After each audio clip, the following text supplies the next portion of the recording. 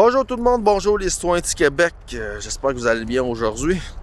Il y a quelque chose de très grave qui est de plus en plus présent dans ma vie, surtout dans mes procès, surtout dans la diffamation non partiale, comme j'appelle, des médias et de tout le système gouvernemental que je pourrais dire que c'est pourri, même pire que le cancer.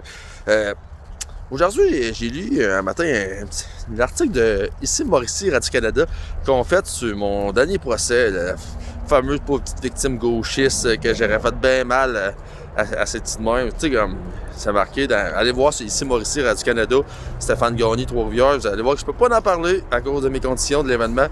Mais une chose que je peux dire, il y a de la non-partialité j'ai jamais fait ça de crime qui se passe. J'ai jamais commis un crime, j'étais avec une fille en plus, puis ça c'est vraiment vrai, j'ai tout dénoncé depuis un an et quelques.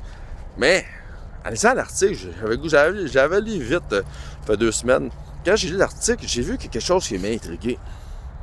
Est-ce que les médias essaient de cacher le nom de la juge, le nom de famille de la juge?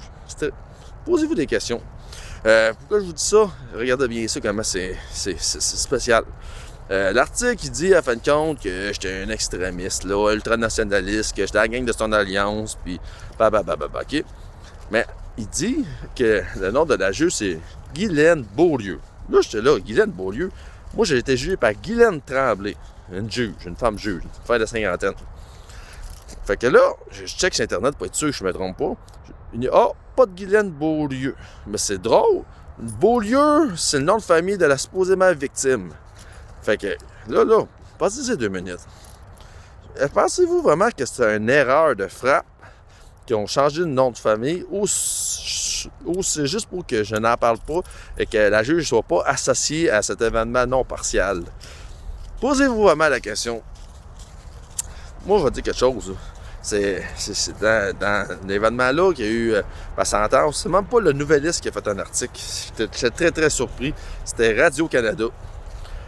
Pour moi, il essaie de camoufler l'événement, surtout le nom de la juge pour qu'elle se fasse pas salir. Parce qu'elle était aucunement partiale. Elle pouvait bien rire en avant de la procureure. C'est plate à dire, elle avait un gros cri de souris. Je dirais pas plus que ça qui s'est passé, mais elle était non partiale. Mais, c'est pas une erreur de frappe, comme je vous dis. Là.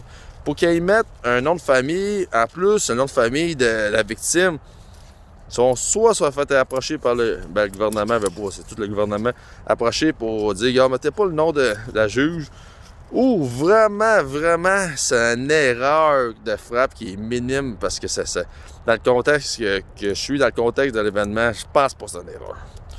Comment c'est de louche en tabarnak, c'est toutes les situations qui se passent dans mon cas. Fausse diffamation, fausse accusation, essayer de cacher des noms de gens qui jugent. Posez-vous la question, pour de vrai, les amis. J'ai bien hâte de voir ça le 14 décembre avec le juge Bouchard, ça va être neutre. Ou c'est encore un autre petit, on pourrait dire, semi-complot.